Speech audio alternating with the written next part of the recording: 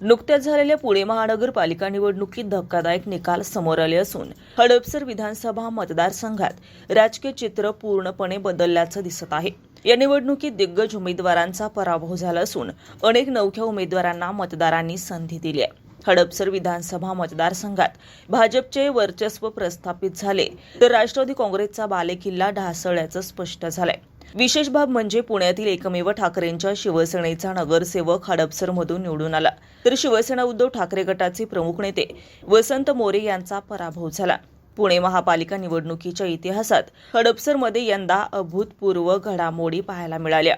भाजपने जोरदार मुसंडी मारत कात्रजपासून मांजरीपर्यंत नगरसेवक निवडून आणले तर राष्ट्रवादी काँग्रेसचे विद्यमान आमदार असताना देखील त्यांचा बालेकिल्ला ढासळला आहे। विशेष म्हणजे आमदार चेतन तुपे यांच्या स्वतःच्या प्रभागातून केवळ एकच नगरसेवक निवडून आल्यानं त्यांच्यासाठी ही निवडणूक आत्मपरीक्षणाची ठरली आहे। या निकालामधून विधान परिषदेचे आमदार योगेश टिळेकर यांचे हडपसरवरील वर्चस्व सिद्ध झाले असून पुण्याच्या राजकारणात त्यांचं महत्त्व लक्षणीयरित्या वाढल्याचं बोललं जात आहे। या निवडणुकीत अनेक दिग्गजांना पराभवाचा सामना करावा लागला आहे। ठाकरेंच्या शिवसेनेचे वसंत मोरे, माजी आमदार महादेव बाबर यांचे चिरंजीव प्रसाद बाबर, मनसेचे शहराध्यक्ष साईनाथ बाबर, माजी नगरसेवक फारुख इनामदार, योगेश ससाणे, आनंद अलकुंटे, अशोक कांबळे, नंदा लोणकर यांना मतदारांनी नाकारला आहे। भाजपच्या गोटात विजयाचा जल्लोष तर राष्ट्रवादी काँग्रेसच्या गोटात सन्नाट्याचं वातावरण पाहायला मिळालं।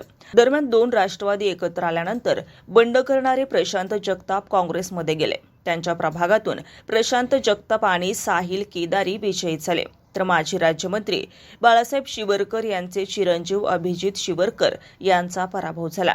प्रभाग क्रमांक 19 मधून 3 काँग्रेस तर प्रभाग 18 मधून 2 काँग्रेसचे उमेदवार असे एकूण 5 काँग्रेसचे नगरसेवक विजयी झाले आहेत। राष्ट्रवादी काँग्रेस शरदचंद्र पवार पक्षाचे पठाण अब्दुल गफूर अहमद निवडून आले आहेत तर प्रशांत जगताप यांच्या मातोश्री रत्नप्रभा जगताप यांचा पराभव झालाय। भाजपच्या कालिंदी पुंडे यांनी सलग दुसऱ्यांदा विजय मिळवलाय। एकंदरीत पाहता हडपसर विधानसभा मतदारसंघात भाजपच्या आमदारांचे वर्चस्व वाढले असून राष्ट्रवादी काँग्रेसचा मजबूत समजला जाणारा बुरुज ढासळल्याचं चित्र स्पष्ट झालंय। या निकालाचा परिणाम आगामी विधानसभा राजकारणावर निश्चितच होणार हे मात्र नक्की।